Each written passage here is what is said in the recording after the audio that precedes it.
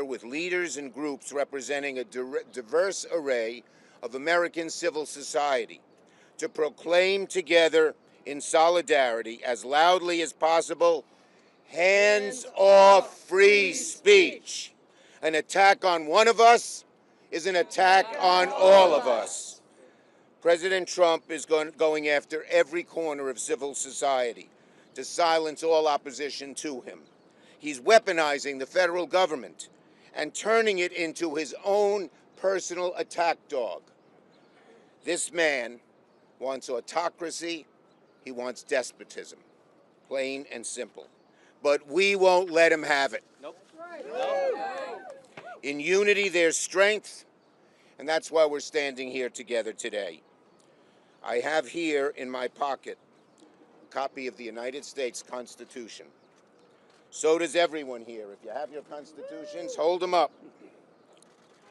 Let me read from the First Amendment. Congress shall make no law respecting an establishment of religion, or prohibiting the free exercise thereof, or of abridging the freedom of speech, or of the press, or of the right to people to peaceably assemble and to petition the government for a redress of grievances. Why are so many groups here today? Very simple. To petition the government for a redress of grievances as enshrined in this Constitution. We have here many environmental groups that fight for better laws in defense of our climate and our planet. We have civil rights groups that defend our Constitution and people's rights in court. We have the Central Labor Council that brings together dozens of unions that battle on behalf of millions of workers in New York. We have healthcare groups and hospitals that support affordable access to medical care. We have community organizations representing the needs of issues of so many American families. We have pro-choice groups that protect a woman's right to her own bodily autonomy. We have immigration groups that promote the basic rights and dignity of those who come to our country. We have universities represented by professors who advance the cause of human knowledge. In sum, this is American civil society, the vast and beautiful cacophony of opinions that gives our democracy texture and vibrancy. But that means nothing to Donald Trump, nothing at all. He views the people and groups here today as disloyal to him personally, unwilling to bend the knee, enemies of the state, he would call them. Now, average working families may feel that the president targeting his enemies and silencing dissent doesn't affect them. But if those who oppose him are weakened and silenced, then every American will be more vulnerable to President Trump's agenda that prioritizes the billionaire class over the working class, as he cuts Social Security and Medicare and Medicaid and veterans benefits and so much more, as his agents kidnap people off the streets without due process, as he wages a trade war against every country on earth. In short, what's in this pocket Constitution connects what's in your pocketbook, America. Connects what's in your pocketbook. So that's why we're here today, to send a wake-up call to American society. The silence of opposition affects all American citizens in profound ways. Everybody here should care, everybody in America should care about this. And yet, while our Constitution, our dear democracy, are under siege by our very own president, the leaders and representatives of his own party are shamefully silent. Shame. Is this a presidency or an imperial regency? Is this America or a banana republic? Now, across the street from us is Tom Paine Park, named after the famous founding father. Paine wrote, "Tyranny, like hell, is not easily conquered. Yet we have the consolation with us that the harder the conflict, the more glorious the triumph. If we embrace our strength in numbers, if we stick together in solidarity, if we hold the line against any attack on one of us and realize it's an attack on all of us, then I believe that together we can beat back President Trump's authoritarian designs and keep American democracy intact, and how glorious a triumph that will be. So, hands off free speech. Hands off free speech. Hands off the rule of law. Hands off the rule of law. Hands off our Constitution. Hands off our Constitution. Thank you all for being here. And our first speaker is, I think, I don't have the name here. Gillibrand. Senator Gillibrand. Thank you, Chuck. Thank you. Well, I couldn't say it any better. Senator Schumer's quite right. I was teasing. I know you were. This is an assault on our democracy, assault on our free speech, an assault on our constitutional rights, and an assault on our civil liberties. And so we are here to stand up against President Trump and Elon Musk and his design to silence the not-for-profits that are working every day to make sure we have clean air, clean water, to make sure we have civil liberties and civil rights, to make sure we have equal justice. This is a time for activism. This is a time for action. It's a time for a strong-throated response from Americans and New Yorkers. So each one of us is here today to fight for that right to speech, that right to vote, that right to a democracy unencumbered by President Trump and Elon Musk. Each of the organizations that he intends to target fight for civil rights. They fight for justice. They fight for what's right. And we have to stand with them, because an attack on one is an attack on all. But when we stand together, we are more powerful. We are stronger.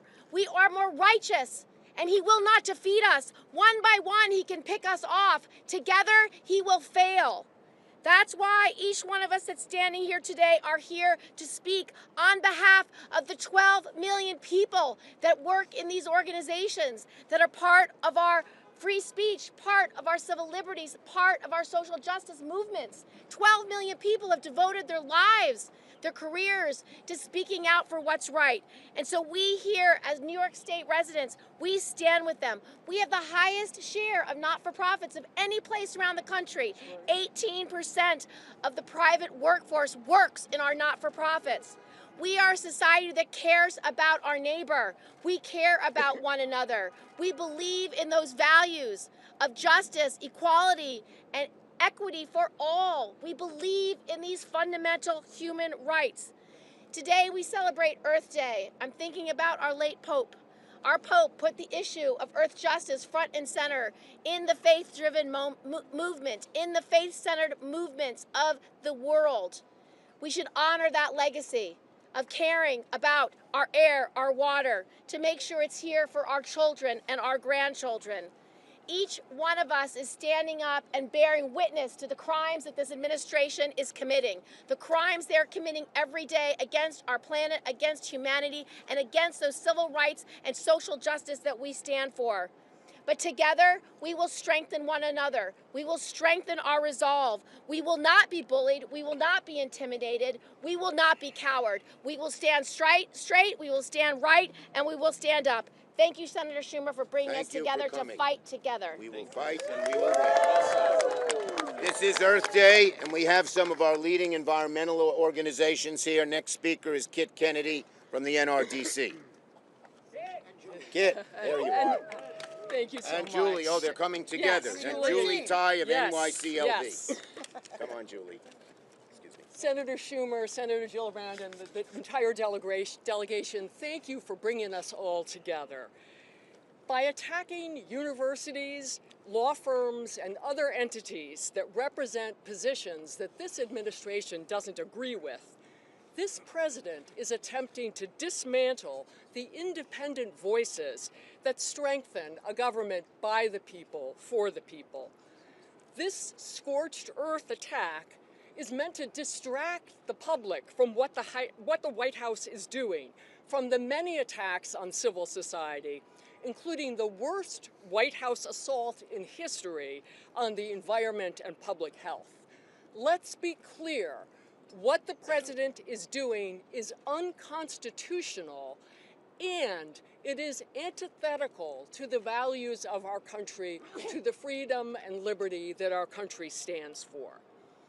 NRDC stands with all our partners here in New York and across the country who dedicate themselves to the betterment of this great nation. We stand together against these attacks. Many thanks again to Senator Schumer, Senator Gillibrand, the entire delegation, and all of you who have come out today to stand with us. Thank you. Julie Tai of New York League of Conservation Voters. Good afternoon. Like Senator Gillibrand said, like many fellow Catholics are feeling, and people of all faiths, I'm grieving the passing of Pope Francis, a moral voice for the poor, for the planet, for environmental justice. An individual whose values could not have been in starker contrast to those emanating from our nation's capital.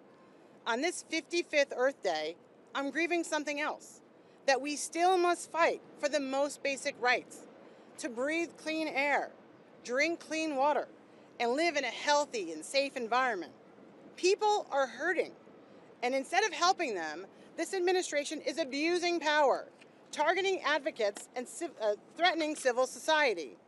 It is a fundamental American right to free speech, to assembly, to disagree with our government without it targeting our lives, our businesses, and our communities.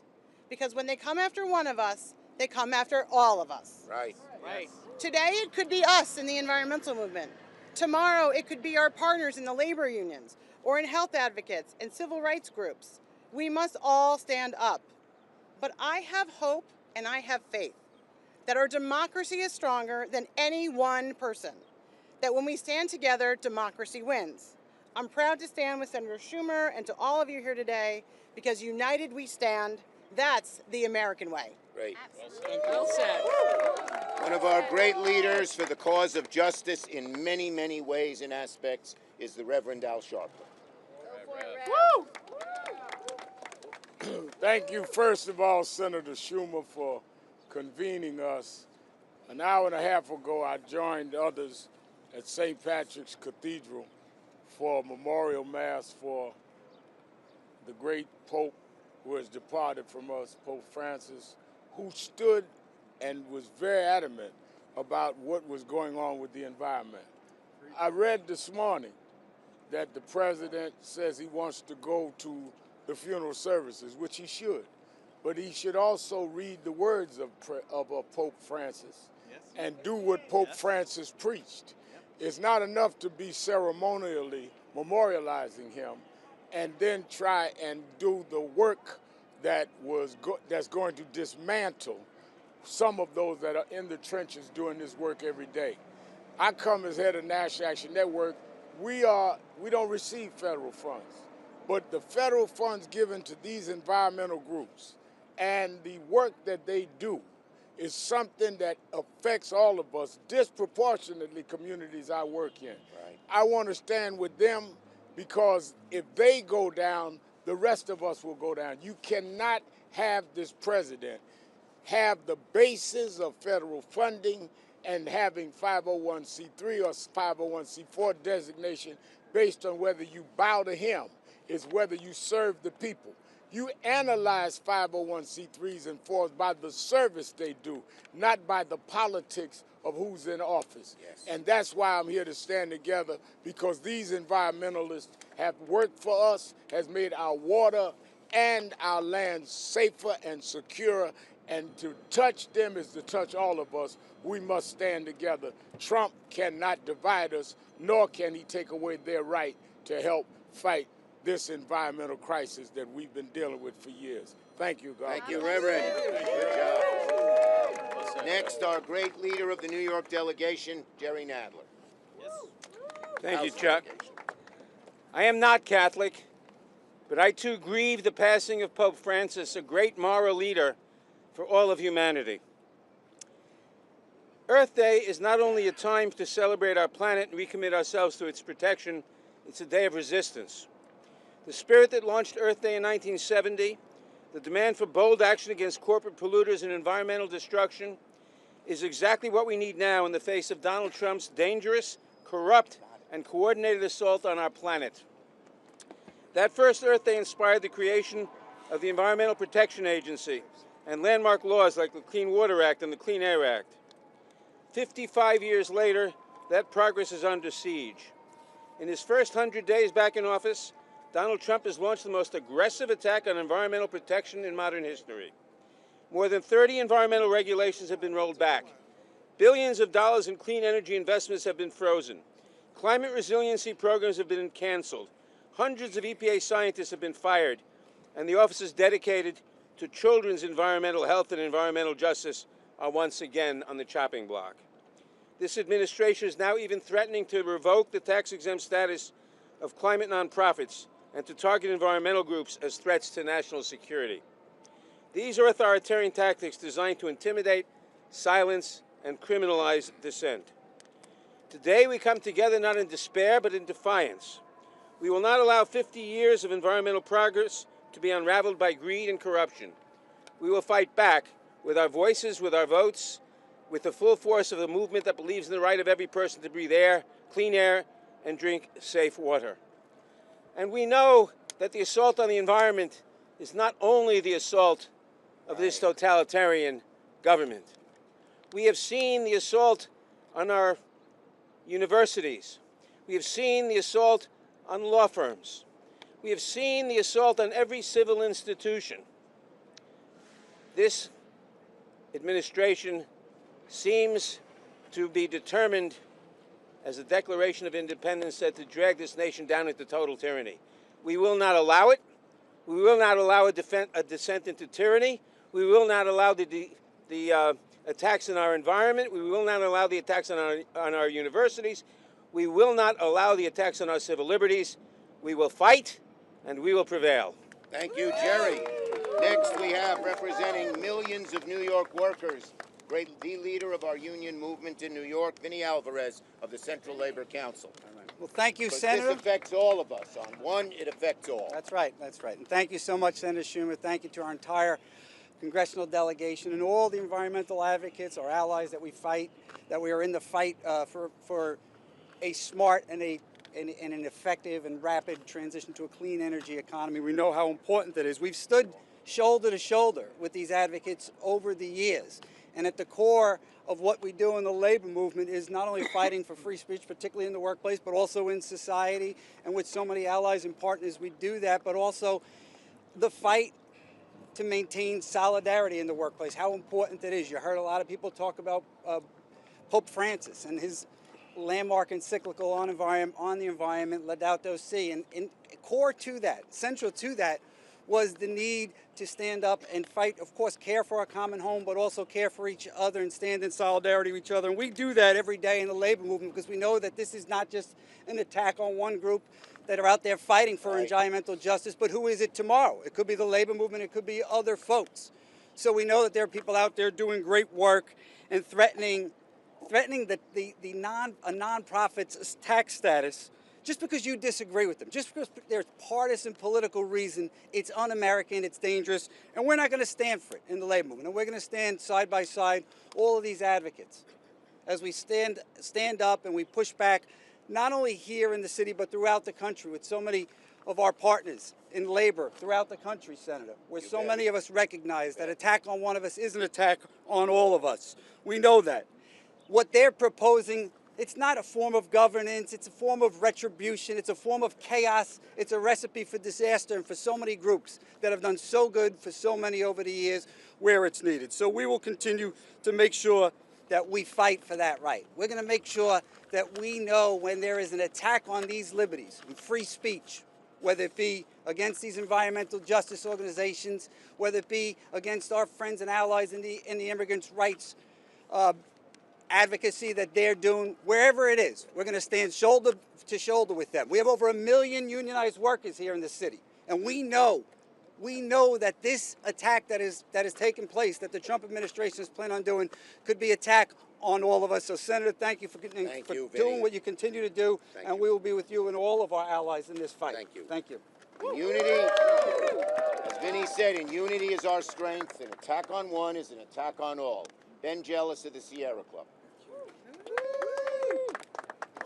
Thank you, Senator Schumer. Thank you to the entire New York delegation and my fellow sisters and brothers, part of civil society, the organizations that speak up for American people.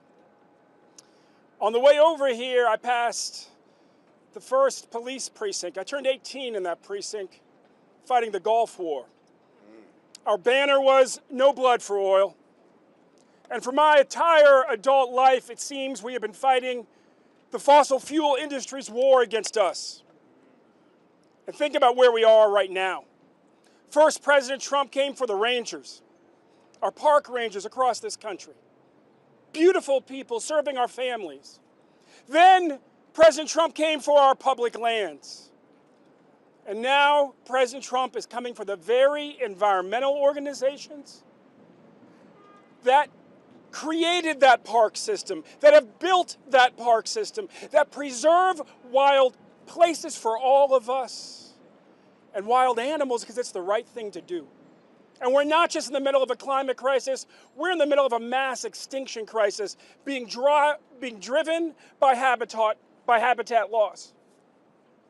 But I gotta tell you, as a guy whose parents was against the law, his parents met as civil rights workers, both families, black and white, had been in this family for 400 years. On the black side, I'm cousins to George Washington. Think about that for a second. And Thomas Jefferson. And on the white side, we descend from 7 Revolutionary War soldiers in the Massachusetts Regiment of the Continental Army. And as I said to my son last night, we fought against monarchy, and we won.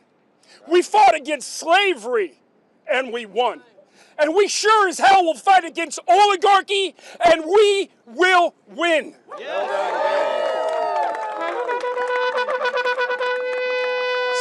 And God bless the New York delegation for doing what good New Yorkers should always do and standing up to these fools. God bless. Thank you, Ben. Great representative of Washington Heights, the Bronx, one of our leaders in Washington, Congressman Esbiat. Thank you, Senator Schumer, Senator Gillibrand, my colleagues, Reverend Sharpton. We stand here on Earth Day. We could have been planting a tree, cleaning a park, fighting against environmental justice, making sure that the air quality is better for our kids, and yet we're here to denounce potential executive orders that choose and want to take us back. I believe the Trump dictatorship is doing this because they think we are afraid. They think that we are afraid. We're not afraid. And we're not afraid. Yes. I represent a district that has Uptown with a Jewish community that came here right in the middle of the war and the Holocaust. They're not afraid. Right. I represent the Heights where I grew up with immigrants that came here perhaps from a country with a dictatorship itself, fighting poverty or an environmental disaster. They are not afraid. That's right. I represent Harlem, a community of black folks that fought water hoses and dogs during the civil rights movement. They are not afraid. I represent women who had to fight to get the right to vote and continue to fight to have the right over their own body. They are not afraid. We are not afraid of the Trump dictatorship, and we are certainly not afraid of a thug. In fact, in my neighborhoods, we knew what to do with a bully. We punched them first because we are not afraid. And so today, as we celebrate Earth Day, let's continue to fight for environmental justice, because far too many kids have asthma in my district because of poor air qualities. Let's continue to fight for environmental justice, because we have a permanent parking lot that pollutes our city and our neighborhood. Is called the Cross Bronx Expressway. Let's continue to fight for environmental injustice so that our seniors could breathe easier. Our communities are choking up We're going to fight for environmental justice, but most importantly, we're not afraid. God bless you. Thank you. God bless you. Dios te bendiga. Next, we have Emily McDowell, Reproductive Freedom for All. We have a bunch of speakers. That's because we have such a broad spectrum, and we're all fighting for one another for justice. Thank you. Thank you. Hi, everyone. Thank you, Senator Schumer and the New York delegation. My name is Emily Steiner McDowell. I'm the Federal Associate Director of Policy at Reproductive Freedom for All. Reproductive Freedom for All is powered by our 4 million members across the country who are fighting for abortion access, birth control, and the full spectrum of reproductive health care. For 50 years, we've been demanding abortion access and abortion rights. And no matter how much Trump tries to silence us, we are not going to stop now. Because this isn't just about reproductive freedom. This is about the freedom to fight for our communities. And whether you're fighting for abortion or for clean air and clean water, no one should be punished for trying to make their communities safer and healthier. But that's exactly what Trump wants to do. He wants to punish anyone who disagrees with him. This is extremely un-American, and it goes against our country's core values. But remember, Trump is doing this because he's scared of us. He knows we are the majority, and together we have the power. 8 in 10 Americans support the right to abortion. And together we will keep fighting until everyone has the freedom to make the decisions about their bodies, their futures, and their lives. So let's raise our voices in unison and keep fighting for what we deserve. Thank you. Thank you. Thank you. My congressman and a great relative newcomer to the Congress who's doing a great job there, Dan Goldman. Thank you very much, Senator Schumer, and everybody for being here today.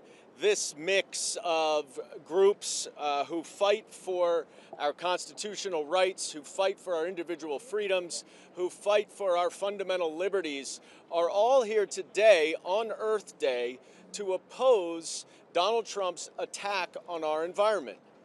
Now, he certainly supports climate denialism, and we all know that the science is very clear. We know our planet is burning up. We know that the result is tremendous and hard, tremendously brutal weather events that are growing and increasing. He is cutting FEMA. He is cutting the EPA. He is now going after the tax-exempt status of environmental nonprofit organizations. And let's be very clear. If you take away the tax-exempt status from any nonprofit organization, you are killing that organization. They cannot function without their nonprofit status. So this is not some extra benefit. This is the basis on which they are built. Now, why is he doing this? Well, it doesn't make any economic sense. He just canceled an offshore wind program in South Brooklyn, in my district, that would have powered 500,000 New York City homes with clean energy. It would create billions of dollars of economic development, thousands of jobs. And that's all because of the Inflation Reduction Act and its $400 billion of private investment in our country, red and blue districts. It doesn't make economic sense, so why is he doing it? He is doing it because these folks behind us are a form of accountability.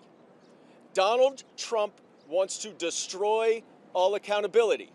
He's gone after the media, called them enemy of the state. He's gone after the FBI, says they were corrupt. He's fired inspector generals. He's fired inspector generals, and he's fired prosecutors. He has designated and dictated that the Department of Justice should go after people who speak against him. Now, he's going after the organizations who uphold our laws. They're not breaking any laws. They're simply enforcing the laws that we have. But Donald Trump, for the same reason that he is taking away due process, he cannot win under the law. So he uses the authoritarian playbook to eliminate all forms of accountability so that law firms and universities and others cannot oppose him. That is un-American, that is anti-democratic, and that is unconstitutional, and he will lose. Thank you. Dan. Prosecute the criminal. Okay, next we have Donna Lieberman, who does a great job as leader of the New York Civil Liberties Union. Thank you, Senator. And I'm here today on behalf of the NYCLU and the ACLU with my colleague, Maribel Hernandez. And we're here to say, hands off free speech. Hands off immigrants. Hands off our colleges. Hands off our bodies, our kids, our schools, and hands off nonprofits. The ACLU and the NYCLU stand together with everyone who believes in freedom, equality, and democracy. We won't let them get away with a power grab to shut up their critics. We won't let them divide us. The ACLU is fighting in court, in the streets, in Congress, and every state legislature in the country. And we will never, ever, ever give up. And ultimately, we will win. Yes. We will build that arc of justice towards justice, away from oligarchy. Because we know that the people united will never be defeated. El pueblo unido jamás serán vencido. El pueblo unido jamás serán vencido. Thank you. Thank you, Donna. Thank you. Next, the great leader of the Hispanic community in New York, Frankie Miranda, head of the Hispanic Federation. Thank you. Thank we you are so a much. broad, wide, strong group. Thank you so much, Senator.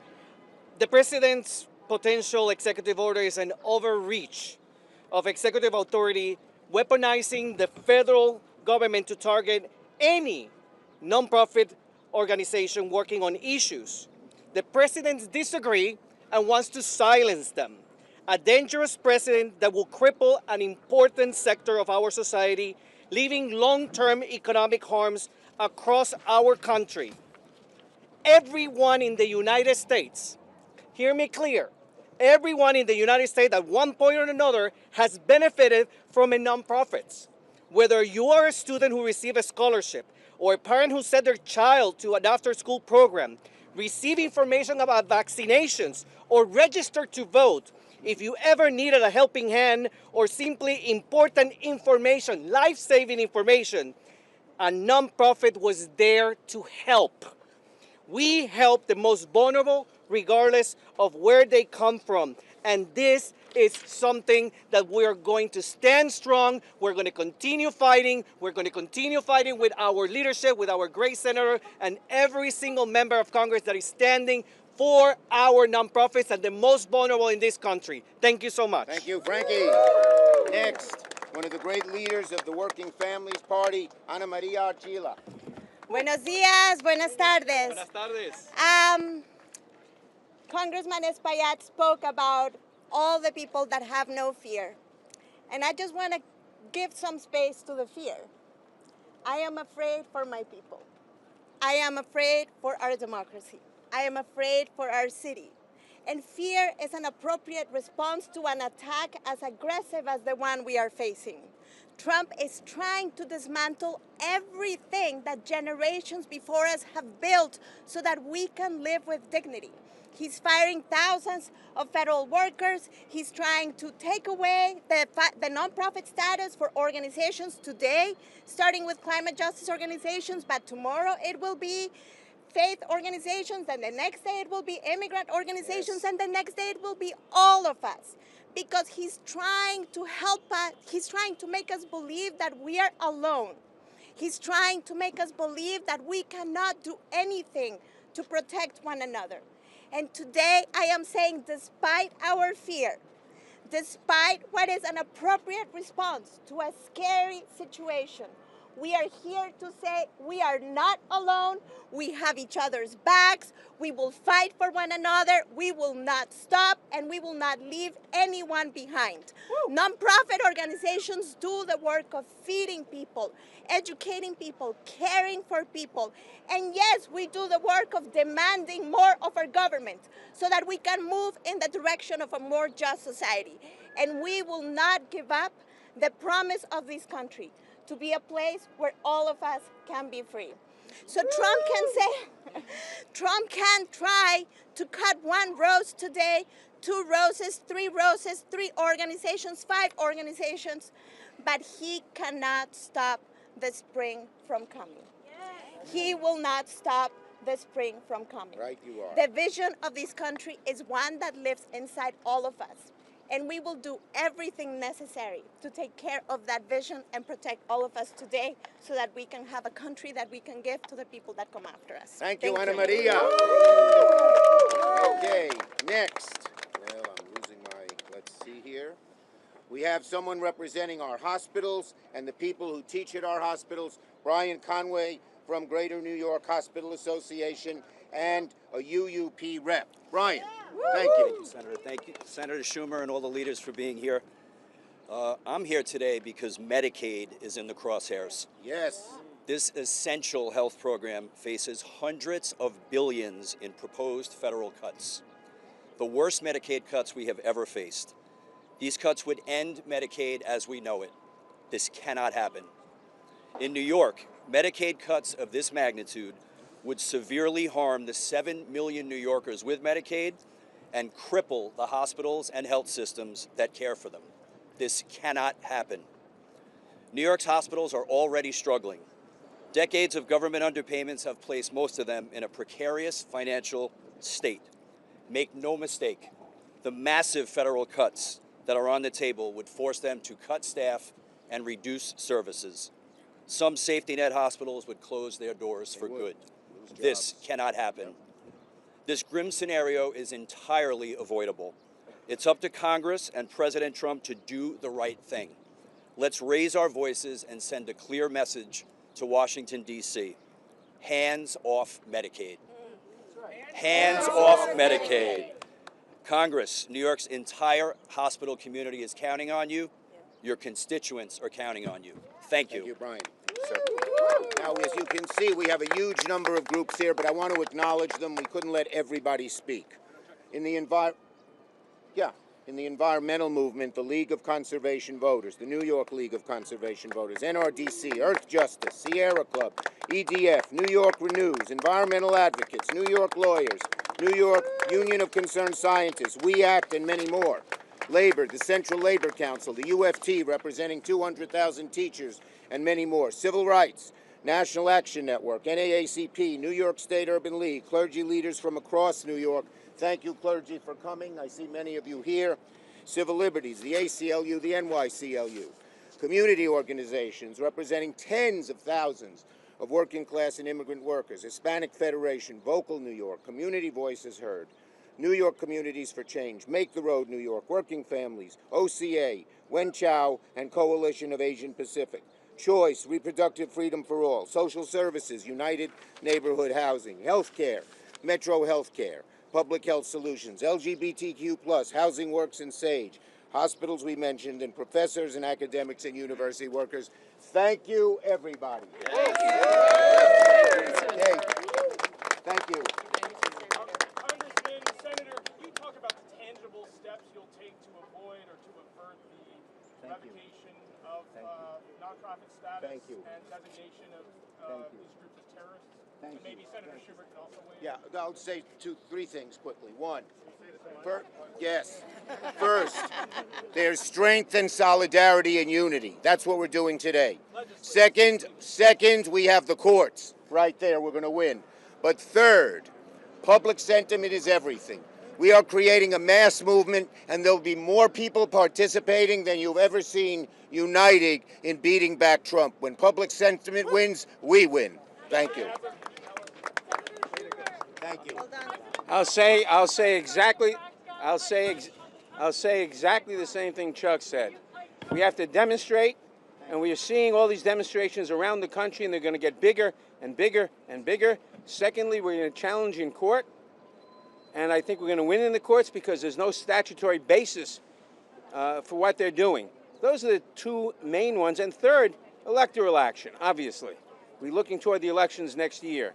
And I believe because of not so much the civil liberties issues, but because of the very high inflation that Trump is causing, Democrats are going to win the elections next year, and that will cut the terror in half. Okay. Thank you, folks.